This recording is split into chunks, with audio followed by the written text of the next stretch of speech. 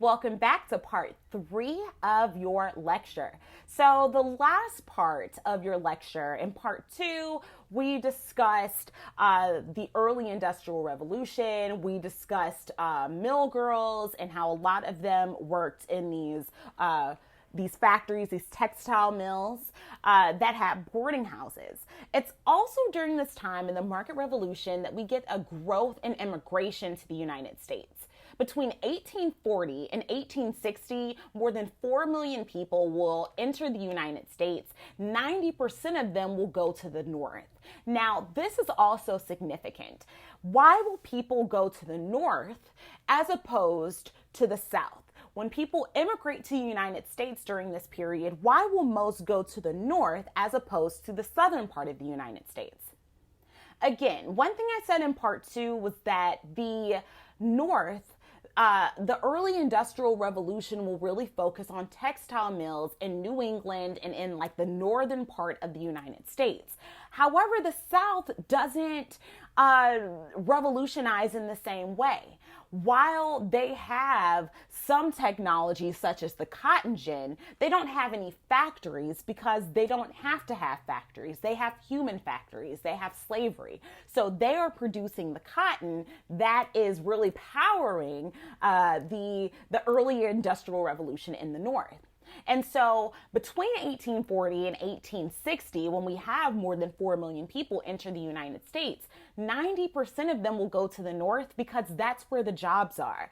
In the South, because they don't have any factories, they also don't have any factory jobs. So 90% will settle in the north because this is where the jobs are. The largest number of immigrants were refugees from disaster. So, for example, between 1845 and 1851, the Great Famine is happening in Ireland. This Great Famine is a famine where the potato crop in Ireland is essentially completely destroyed. And so they are immigrating as refugees from disaster. Now, many of those who came to the United States during this period lacked the industrial skills and capital, aka the money, but they filled a lot of these factory jobs. They filled low-wage, unskilled jobs, i.e., they built railroads, they built canals, they worked in textile mills. The young women worked in textile mills, and the children. A lot of German immigrants established themselves as craftsmen and as shopkeepers and farmers. A lot of others will end up filling a lot of these low-wage manual labor jobs, such as, again, building railroads, canals, roads, and working in factories. As we get more and more people to immigrate to the United States, we see a rise in nativism. Nativism describes a fear of immigration, a fear that immigration will ruin American political and social life. Immigrants from England were generally accepted into society, especially since, again, America was colonized by the English. However, a lot of Irish faced hostility. The Irish faced a lot of hostility. A lot of them were Catholic, and by this time, if you recall, as we've talked about throughout the course, Americans at this time are pretty anti-Catholic because, again, the English were anti-Catholic. And so there's a lot of anti-Catholic sentiment, and a lot of Irish are Catholic, which would enhance the visibility of the Catholic Church during this time. And a lot of people thought that Catholicism could be seen as a threat to democracy because of connections with the Pope. A lot of Protestants were alarmed. They thought that Catholicism would somehow threaten American democracy and American freedom. And so because of this, the Irish will face a lot of hostility. In your PowerPoint, I have a political cartoon from the 1800s. I want you guys to look at this political cartoon. I'll see if I can actually include it in your discussion, and you can write a discussion post on that. But we continue on.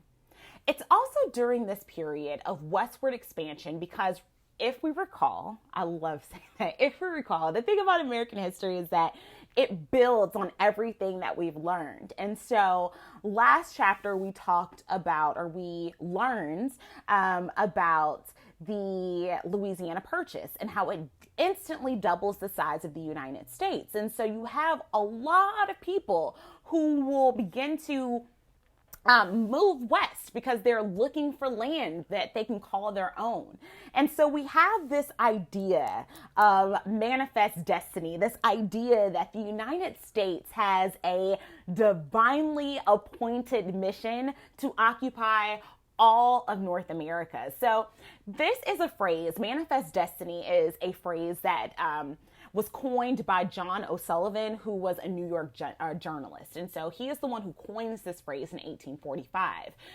Manifest destiny embodies this ideal that Americans have a right to Western lands, even though they're already occupied. Really, manifest destiny is a more modern iteration of early colonization efforts. This idea that we have a right to this land, even though it is occupied, we have a right to it. We have a right to take it.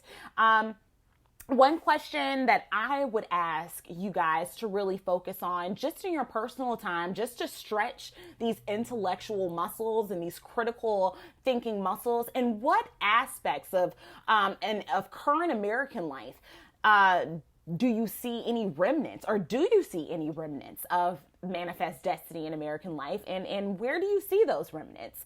Do you see any nativism in modern American life?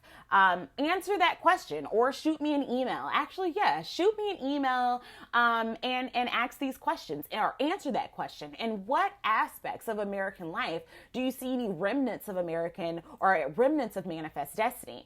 I also want you guys to look at the painting, the manifest destiny painting that is included in your PowerPoint. And really, I'm going to take a moment to really dissect this. So if you haven't, pull out the PowerPoint, pause me if you have to. I don't mind. I don't mind being paused. So pause me if you have to. But in this painting, you'll see me kind of looking off because I have the painting right here. In this painting, you see like an angelic figure, and she's going to represent Lady Liberty. And you'll see in one hand she has a book, and in the other hand she's holding wires, because remember, this is the market revolution. And so you see all of the technological innovations of the market revolution are going to be in the manifest destiny painting. So if we talked about the telegraph and it making instant communication possible, you'll see the telegraph in there. We talked about the railroads. The railroads are in there. We talked about steamboats. Steamboats are there as well. One thing you'll also notice is that it is lighter on one side of the painting and it is darker on the other side of the painting. I want you to look at who is doing what. Do you see Native Americans, and what are they doing? So I want you guys to really dissect this painting and say, what does this mean? Actually, that will probably be another part of your discussion. We'll be analyzing this painting. But yeah, actually, yes, I've talked myself into it. Okay. During this time, one thing that I also like to discuss in American history is how we get different schools of thought and how movements will pop up in reaction to other movements. So one movement at this time is our transcendentalists. So New England, the transcendentalists are made up of New England intellectuals such as Ralph Waldo Emerson and Henry David Thoreau and Margaret Fuller. And these are a group of people who believe that freedom comes through self-realization. They were very critical of contemporary society. They believe that each person should find a quote, an original relation to the universe. That is something that Emerson said, that each person should be able to find their own individual, their own original relation to this world that we live in. It's also during this period that we get this individualism, this, dare I even say, rugged individualism, where this idea that Americans should depend on no one but themselves, and that the realm of self, the individual, is something that the government has no right to interfere in. The transcendentalist movement was, I would say, perhaps more secular. And whenever we have any type of movement in one direction, I often describe society as like a pendulum on a clock. Whenever things swing one way, you know they're going to swing the other way. It's also during this time that we go through a second Great Awakening. So the second Great Awakening is an awakening of religious revivals that will sweep the nation. But unlike the first Great Awakening, the second Great Awakening will really use the technology of the day. A lot of these revivalist ministers will seize the opportunities provided by the market revolution to spread their message. So they would often go to churches and raise funds, and they would embark on journeys that would crisscross the nation using railroads. So the market revolution and these innovations in transportation make the second Great Awakening possible as well. Because without the railroads, you wouldn't be able to get the message out. You wouldn't be able to spread or transmit messages as widely. But the ministers, the revivalist preachers of the second Great Awakening, will seize the opportunity provided by the market revolution. They will use this technology to their advantage and make Christianity a mass enterprise. The second Great Awakening stressed the right of private judgment in spiritual matters. They believed that salvation came through faith and through good works. One of your reading assignments was from your Voices of Freedom book, and it is a reading from Charles Grandison Finney, who was one of the ministers of the Great Awakening. So you guys should really enjoy that. Let's see.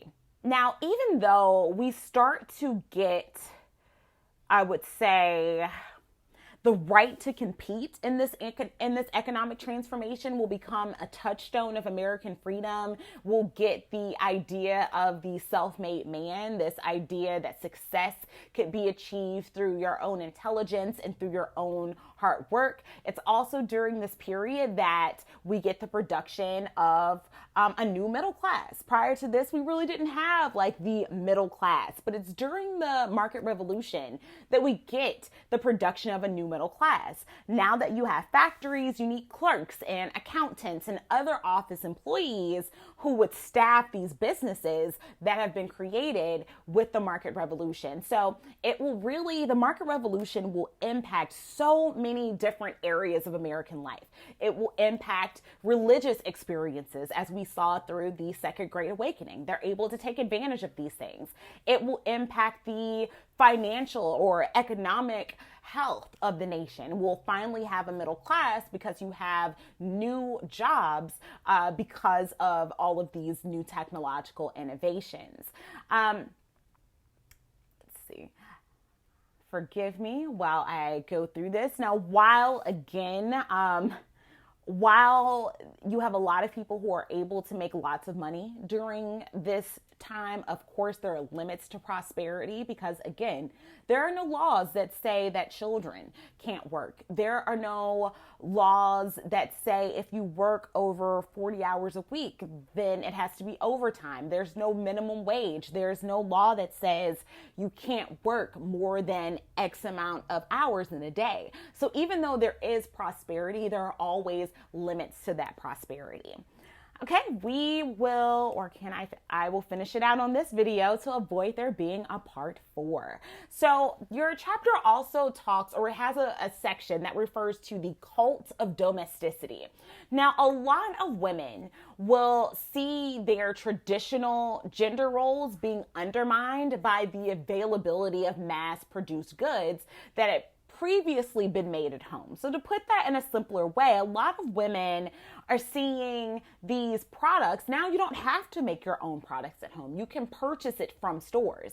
So while some women look at that and they're more critical of it, other women will embrace this new definition of femininity where you don't have to create everything at home.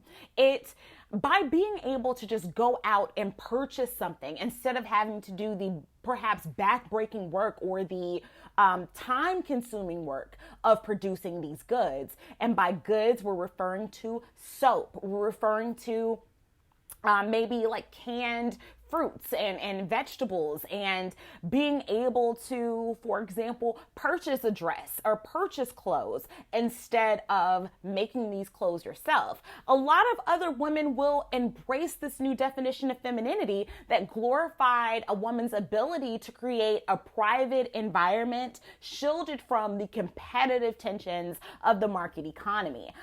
So the role of women I'm not going to say it changes, because I'm not going to say women get a heads up. They don't get a heads up. However, their role comes to evolve, I would say, to sustain values like love and friendship and mutual obligation. Virtue. For a woman to have virtue at this time meant that the woman had to be sexually pure and had to be chaste. It meant sexual innocence. It meant beauty, frailty, and dependence upon men. Now, a lot of women are not able, however, to compete freely for employment. For a lot of poor city dwellers and farm families, the labor of every single family member is not only desired, but it is absolutely essential for economic survival. So if you are poor and you live in the city, or you're poor and you live out in a farm, everyone in the family has to work in order for the family to be able to survive. A lot of women at this time will take jobs that are, I would say, within that traditional gender role. They will take jobs as domestic servants, as factory workers, especially because, remember, the early industrial revolution will focus on what? Textiles, right? So you guys remember this. I feel like I've said it like 10 times. So that is something, nothing else during this chapter. You will know that the early industrial revolution focuses on the production of textiles in New England and in other places in the North. But again, a lot of women will take jobs in factories and these textile mills as domestic servants and as like seamstresses and laundresses and things like that. Now for the middle class, because remember, the market revolution and the technological innovations of the market revolution also make this middle class lifestyle possible. And so if you are a woman in the middle class, it becomes a badge of both honor and respectability to be able to remain at home. Because what that says is, my husband makes enough money. We are financially secure, so I don't have to work. But for everyone else, it wasn't a choice of whether you wanted to work. You had to work for survival. So for a lot of middle class women, for you not to have to work is a badge of honor. It's a badge of respectability. And dare I add, it's really a badge of, well, if I could put it in like 21st century terms, it gives you a little societal clout, because you don't have to work. Your husband makes a lot of money. In 1829, a woman by the name of Lydia Maria Child wrote something called The Frugal Housewife, where in this book, and maybe 2 semesters ago, I gave my students an assignment where they read parts of The Frugal Housewife. So in this book, she really seeks to prepare women for the ups and downs of the market revolution by giving them tips on how to maintain their economic life, how to make things stretch, how to make materials stretch. So she gives a lot of down-to-earth advice to help women survive in this new, more commercial United States. Because now a lot now, even though we get this market revolution, it doesn't mean that the economy itself is stable. Employment is irregular. A lot of businesses fail. And remember, if the people, we are the economy. The stock market is not the economy. We are the economy. If you want to know how the economy is doing, you look to the people. Now, if people are regularly unemployed and a lot of businesses are failing, these businesses employ people. And so there ends up being a lot of economic tension, dare I say. There is a pretty sharp economic downturn in like the middle of the market revolution around 1819. There's a full-on economic depression in 1837. So it is unstable. Now, also, please remember that there are no laws that protect the worker. You don't really have unions and things at this time. The economic transformation that the country is undergoing at this time will produce a lot of growth in the nation's output and trade and a rise in the standard of living. However, that's not across the board. There's a huge income gap, a massive income gap. Now, one example that I have is from your textbook. In Philadelphia, the top 1% of society. In Philadelphia, the top 1% possessed more wealth than the rest of the population combined. So even though during the market revolution, the United States gets a lot of wealth because there's so much production, there's so much innovation, this wealth is not equally distributed. And you see that great examples with Philadelphia, where the top 1% has more wealth than the rest of the population combined. So to address a lot of these societal issues, we get the development of working men's parties in the late 1820s. So working men's parties were short-lived political organizations that really sought to mobilize the mobilize the lower class, to have them support candidates that would press for a lot of the societal ills that they needed solved. So these working men's parties sought to mobilize the lower class support for candidates who would support things such as free public education, because that doesn't exist at this time. An end to imprisonment for debt, or debtors' prisons, right? So if you cannot pay for something, you were in jail. This is another thing. I would actually like to have another discussion. Hopefully you guys will take me in 1302, because when we're talking about imprisonment for debt, a question I would like to ask you guys is the bail system, is having a cash bail system, is that like having a debtor's prison? So for those of you who do not understand cash bail, if you were arrested for something, you can either bail out and return for your trial at a later date, or you stay in jail until your trial date. So if you cannot afford your bail, then you just stay in jail. Is that the same as imprisonment for debt? I don't know. Answer that question for yourselves. But I digress. Working men's parties sought to mobilize lower class support for candidates who would support issues such as free public education, an end to debtors' prisons, and legislation that would limit the working day to 10 hours daily, because none of these things exist at this time. So one thing I really love about this chapter is that we get a very unique view of America. I like that this chapter focuses mainly on technological innovations and how these innovations will impact the society, right? So that is what we focused on in chapter 9. That is what your quiz will focus on in this module. It's really the technologies and how they impact society. Next chapter will go a little deeper. So chapter 10 will go a little deeper. We'll still kind of be in this time period, but we'll just dive a little deeper to what's going on politically in the nation during this time. Again, as always, if you guys have any questions, shoot me an email. I love questions. And if you have any questions about chapter 10, again, shoot me an email, give me a fake name or not, and I'll have a question session. So I will see you guys next week. All right? Peace.